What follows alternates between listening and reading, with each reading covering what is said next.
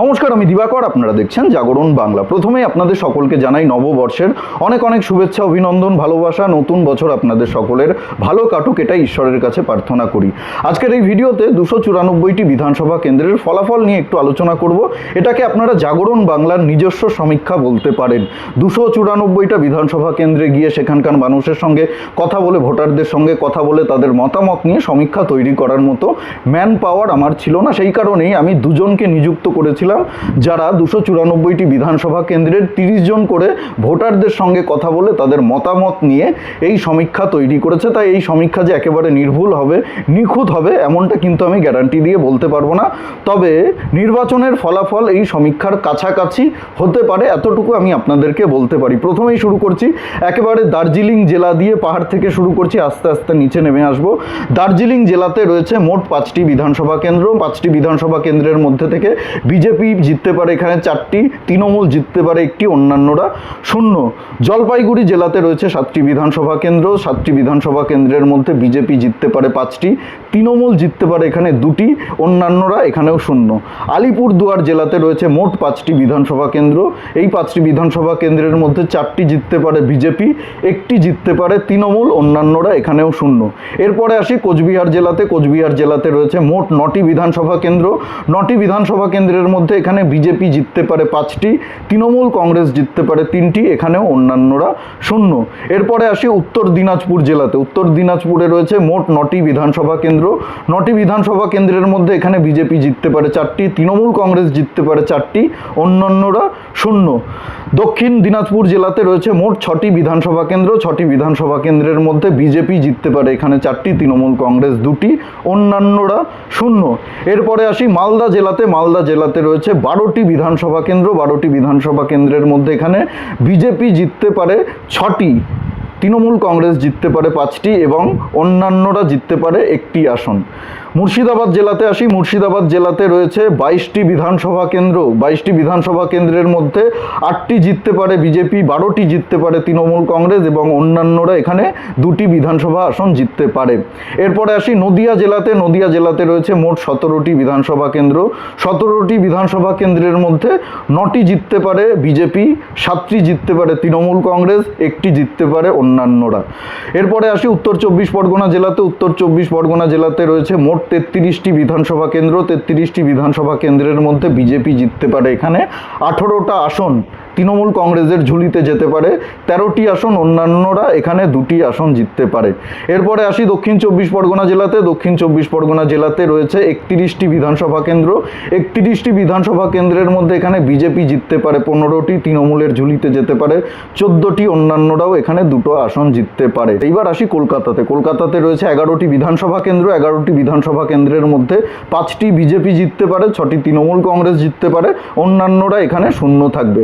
হাওড়াতে রয়েছে মোট 16টি বিধানসভা কেন্দ্র। 16টির মধ্যে 8টা জিততে পারে বিজেপি, 7টা জিততে পারে তৃণমূল কংগ্রেস, অন্যান্যরা 1টি।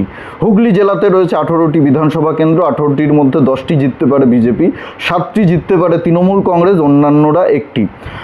পূর্ব মেদিনীপুরে রয়েছে 16টি বিধানসভা কেন্দ্র। 16টি বিধানসভা কেন্দ্রের মধ্যে 10টি জিততে পারে বিজেপি, 5টি তৃণমূল কংগ্রেস, অন্যান্যরা 1টি। পশ্চিম মেদিনীপুরে রয়েছে 15টি বিধানসভা কেন্দ্র। 15টি বিধানসভা কেন্দ্রের মধ্যে 9টি জিততে পারে বিজেপি, তৃণমূল কংগ্রেস 5টি, অন্যান্যরা 1টি। ঝাড়গ্রাম জেলাতে আসি। ঝাড়গ্রাম জেলাতে রয়েছে 4টি বিধানসভা কেন্দ্র। 4টি বিধানসভা কেন্দ্রের মধ্যে 3টে জিততে পারে বিজেপি, অন্যান্যরা 0, তৃণমূল কংগ্রেস 1টি আসন ঝাড়গ্রামে জিততে পারে। বাঁকুড়া জেলাতে আসি। বাঁকুড়া জেলাতে রয়েছে 12টি বিধানসভা কেন্দ্র। 12টির মধ্যে 8টি জিততে পারে বিজেপি, 4টি তৃণমূল কংগ্রেস, অন্যান্যরা এখানে 0। পুরুলিয়া জেলাতে 9টি বিধানসভা কেন্দ্র রয়েছে। মোট 9টি বিধানসভা কেন্দ্রের মধ্যে 7টা জিততে পারে এখানে বিজেপি, 2টো তৃণমূল কংগ্রেসের ঝুলিতে যেতে পারে, অন্যান্যরা এখানেও 0 থাকবে। পশ্চিম বর্ধমানে রয়েছে মোট 9টি বিধানসভা কেন্দ্র। এখানে 9টির মধ্যে 5টি জিততে পারে বিজেপি, 4টি তৃণমূল কংগ্রেসের ঝুলিতে যেতে পারে, অন্যান্যরা এখানে 0 থাকবে। পূর্ব বর্ধমানে রয়েছে মোট 16টি বিধানসভা কেন্দ্র। 16টি বিধানসভা কেন্দ্রের মধ্যে 8টি জিততে পারে বিজেপি, 7টি তৃণমূল কংগ্রেস, অন্যান্যরা 1টি।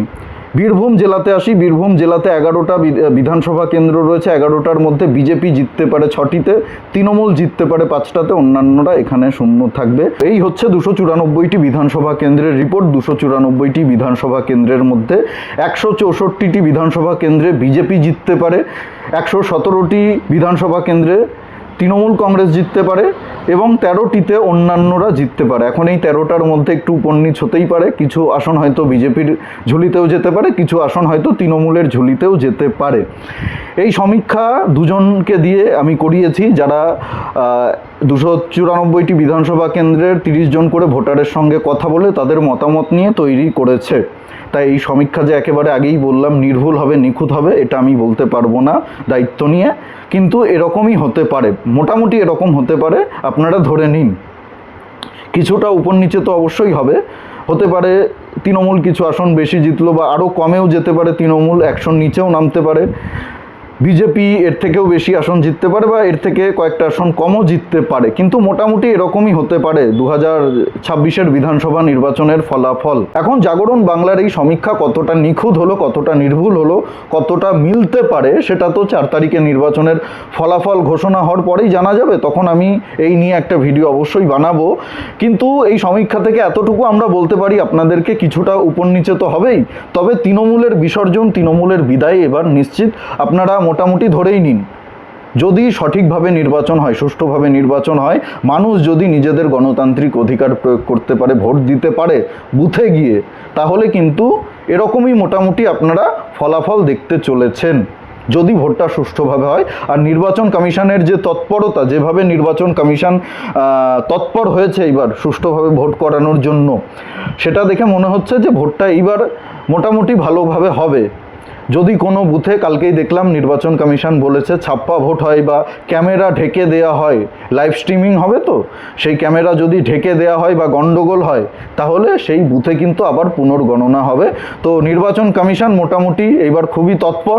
তো যদি সেইভাবে নির্বাচনটা সুষ্ঠুভাবে হয়, তাহলে মোটামুটি আপনারা এরকমই একটি ফলাফল দেখতে চলেছেন। এখন আমাদের এই সমীক্ষা নিয়ে আপনাদের কি মতামত অবশ্যই কমেন্টে জানাতে ভুলবেন না। আপনারা কোন জেলা থেকে দেখছেন, কোন বিধানসভা কেন্দ্র থেকে দেখছেন আমাকে, এবং আপনাদের বিধানসভা কেন্দ্রে কোন রাজনৈতিক দল জিততে পারে, কোন রাজনৈতিক দলের জেতার সম্ভাবনা রয়েছে, নিরপেক্ষভাবে সেটা কমেন্টে অবশ্যই জানাতে ভুলবেন না। আমি কিন্তু প্রতিটি কমেন্টই পড়ার চেষ্টা করি, হয়তো অনেক সময় পড়া হয় না, কিন্তু আমি লাইক করতে না পারলেও বা রিপ্লাই দিতে না পারলেও কমেন্টগুলো আমি পড়ি, ফাঁকা সময় আমি কমেন্টগুলো পড়ি এবং আপনাদের কমেন্ট পড়ে অনেক কিছুই আমি জানতে পারি, কি হচ্ছে না হচ্ছে, অনেক তথ্য আমি পাই।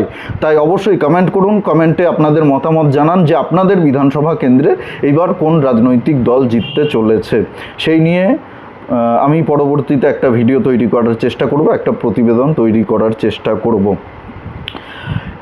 সবাই খুব ভালো থাকুন, সুস্থ থাকুন, আর ভিডিওটি ভালো লাগলে প্রচুর পরিমাণে শেয়ার করুন। যদি আপনারা আমাদের সঙ্গে সহমত হন, অবশ্যই ভিডিওটি লাইক করুন। আর জাগরণ বাংলা ইউটিউব চ্যানেলে নতুন হলে অবশ্যই আমাদের চ্যানেলটি সাবস্ক্রাইব করে পাশে থাকুন, পাশের বেল আইকনটি প্রেস করে দিন, আমাদের প্রতিটি ভিডিওর নোটিফিকেশন আপনাদের কাছে সবার আগে পৌঁছে যাবে। সবাই খুব ভালো থাকুন, সুস্থ থাকুন, আশেপাশের সবার খেয়াল রাখুন। জয় হিন্দ, বন্দে মাতারাম, ভারত মাতা কি জয়।